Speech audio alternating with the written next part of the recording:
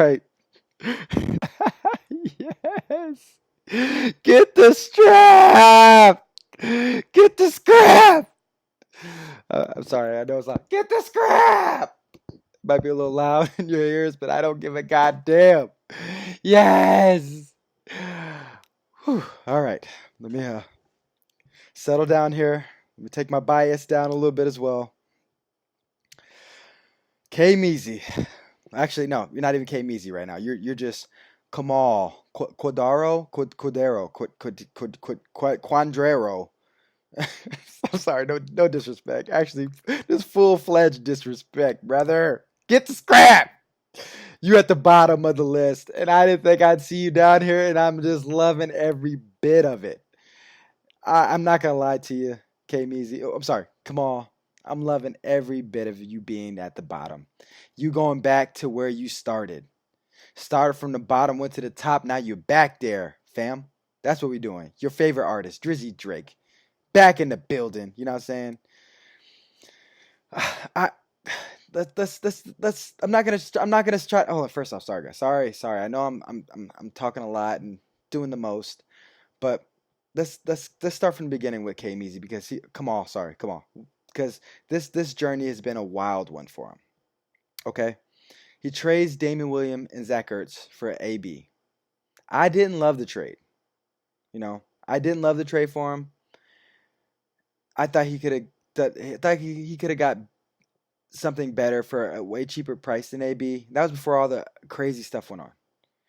Then all the crazy stuff ensued. Now he is on the Patriots team right now, and he might play this week, and he might play the rest of the year. And that Kamal needs that. He absolutely needs that right now. But it's not a guarantee that that happens for him. All right. Oh, he absolutely needs AB to step right in and ball in these next couple weeks because his receiving core is not that strong. Although Tyreek Hill going down and McCole Hardman stepping in and earning a role right now would be huge. And then retaining that role after Tyreek Hill comes back will be even bigger. And it is possible. I was up there bidding for McCole Hardman. It passed my price of $10, but I probably went up even to like 12. But because that's me because I'm a dumbass and I really love the Chiefs. But he might step in there and be that guy for Kamal. Todd Gurley and Mixon, both guys.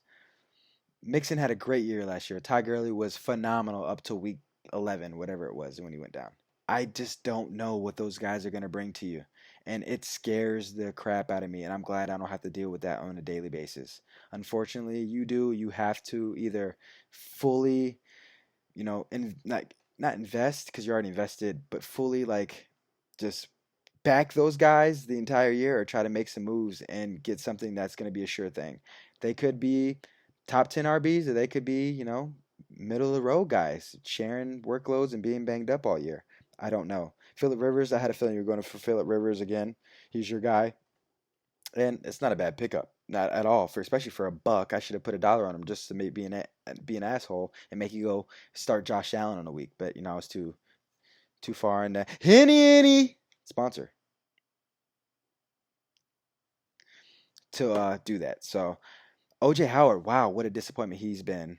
I I I don't know what Tampa's Bruce Arian doesn't love Bruce. Sorry, Bruce Arian doesn't want to use his tight end. I'm guessing. I don't know why Bruce Arian has such a bad stat line over 2 weeks. That could be a problem. You let Zach Ertz go, because I agree. I think Zach Ertz is not going to be the man he was last year. But Bruce Arian is not doing you any favors. Bruce Arians and Leftwich are not doing any favors to you with OJ Howard right now. Your IDPs, hmm, Darius Leonard is a baller, absolutely. But the other two, I really don't know much about them. They might be, decent. And then it's just your depth, your bench. I don't see any guy with high upside. Maybe Grant if Fournette goes down. Maybe Goddard steps in there and becomes the guy. Of course, we talked about Hardman. Moncrief, he did not look great week 1. Wow, he didn't. Um, and that's pretty much it for. I mean, Paris Campbell, you got a rookie for a good price, so maybe he won't pay off this year, but maybe next year because we are a dynasty now. So maybe.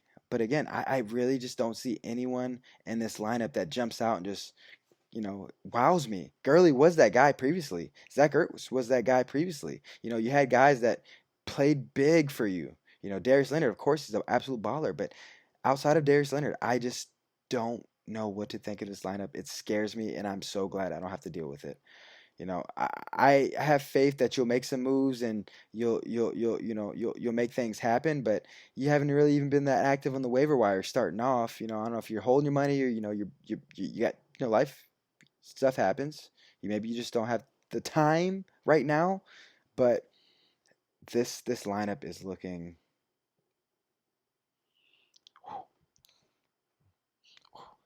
ugly, brother. Ugly. And I love it. Get the scrap. Week 7, week 8, you're going down. Pussy. All right. Next up, we got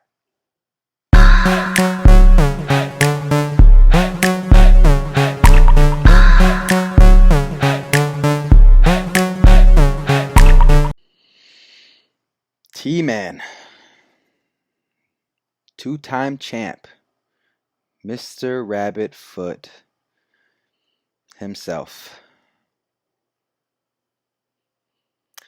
I don't want to get too deep into this, too political, just want to keep it fantasy based. And of course, unfortunately, you started behind the curve, behind the 8 ball, whatever those sayings the fuck are. That's where you started. And then you finished slightly. Oh God, I don't. Sorry, Prestige. Belching's out of control. I need another sip, I guess. That's what that means usually. I guess when I burp, I just need to take another sip. Okay, again. Started behind, the curve of the 8 ball, and then you finish slightly above that. It's I I didn't love your draft. I didn't absolutely hate it, but I didn't love it. And your roster is there's so many holes just left and right. Just they got a sniper just taking those guys out. As far as in the draft at least I should say. You have right now 3 running backs in your roster right now. Leonard Fournette, he's not dependable. Ask Mike about him. Ask Brandon about him. Oh, ex pumper, you know, Mr. Brandon Hughes. I'll say that Brandon Hughes about him. He hasn't finished the year full 16, and I'm not saying that should be something that you look into as far as who you draft, but as your dependable, your number one running back, you have to have a baller, and you have Leonard Fournette. Great talent, but just not guaranteed. And just to have 2 running backs behind that, one being LaShawn McCoy from, of course he's in a great offense now. And I don't know if you drafted him prior to knowing he went to the Chiefs, probably not, Mr. Rabbitfoot, but you got that. And then you got a young stud, Miles Sanders, who could be a stud, who could be a dud. You never know. He's in a running back committee right now. You went all out and got Aaron Rodgers for $31. That's my dog. That's Aaron Rodgers, AR12, Mr. Rogers' neighborhood. But $31, fam? Oof. I ain't doing it. You can. The Donald can. Whoever else can spend $31 on Aaron Rodgers. I ain't. I might not even spend 31 for Pat Mahomes, but that's just me. I'm sorry. That's just me. All right. I digress. Your roster, it's full of wide receiver 2s that could be potentially wide receiver 1s. It's full of them. You have them like up and down your roster. Your wide receiver core, I'll just say wide receiver core is outstanding as far as depth, as far as potential talent, as far as actual talent right now. Chris Godwin, Tyrell Williams, McLaurin could be, he's probably a flex bench guy, really, realistically, but MVS, Sutton, but he's on a team that who knows what Flacco is going to be in a couple weeks. Deebo Samuel, he's a rookie, good investment early. your team is full of wide receiver twos that could potentially be wide receiver ones, but they're wide receiver twos right now. Right now, that's what they are. Okay, tight ends. I wasn't. I'm not a big Derek. I would not Derek. Sorry, I'm not a big Hunter Henry fan. Um, I understand the appeal there. I was never going to invest in him, and you did. You invested quite a bit into him, and now, unfortunately, I hate injuries. I hope everyone knows. I'm sure everyone knows that, but I hope this video conveys it. I hate injuries. I don't wish injuries on anybody at any point in time ever. Um, but Hunter Henry going down is huge, and right now your starting tight end is uh, no B- Blocky. Is that Blocky? Jarwin. Blocky Jarwin. Yeah, Blocky Jarwin. That's your starting tight end, bro. Blocky. Okay, Blake. Blocky, I'm going to call him now. Blocky Jarwin. That's what he's going to do. If he comes in the game, he's going to block Blocky Jarwin, bro. That's your starting tight end right now. Is.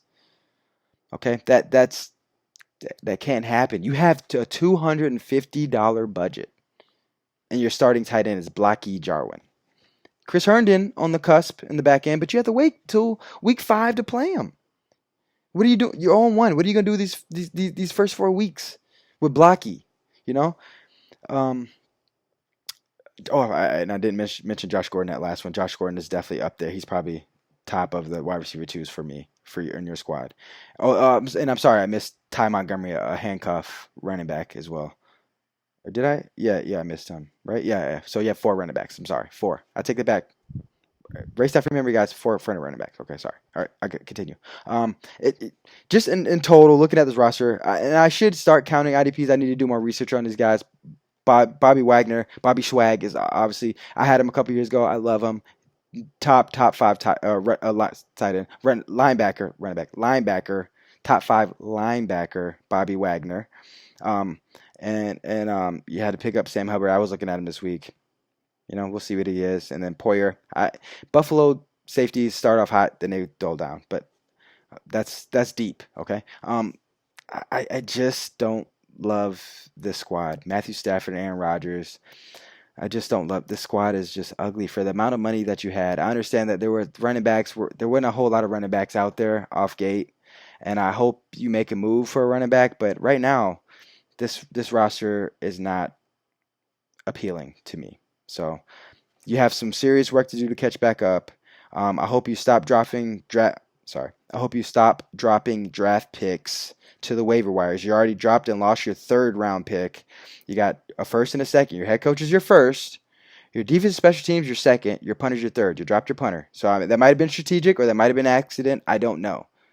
But you have 2 draft picks now. You might have to use them to get another running back, or you might have to trade link up some of these receivers to get a running back that's going to be more consistent, because LaShawn McCoy is your RB2 right now. Maybe not. I don't know what you're going to get out of him. Again, it is what it is. I know that's what I told you at the draft, but I am sure that you're going to make some moves and you're going to be right around 500 at the tail end of the year, and that's why you're at the bottom of the list for me. All right. Okay, guys, next up,